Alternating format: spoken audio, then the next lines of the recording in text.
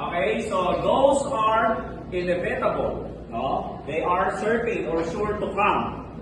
Okay? But, sabi nga ni LPU, so we have this fortitude. Okay? Courage, bravery. Okay? In spite of this pain, sufferings, trials, and challenges in life. Do you agree? Okay? So never ever give up. Okay? Pagsubok lamang yan. Alright. So, that's one. What else? Ito muna yung body ko mo. Okay? Vision. No? This has been revised already. Okay?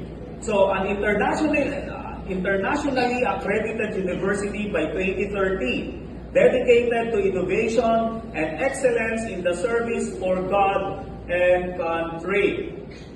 So, actually, LPU University, Cavite, not only Cavite, but all other LPU branches, okay?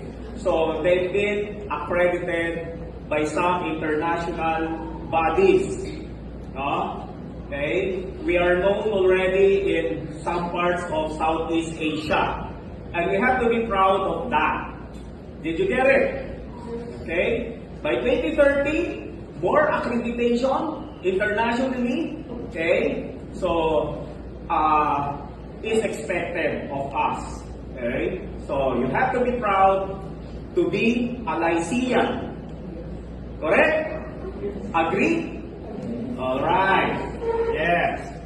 And it is also mentioned in the vision of this university. So we are fond of innovation.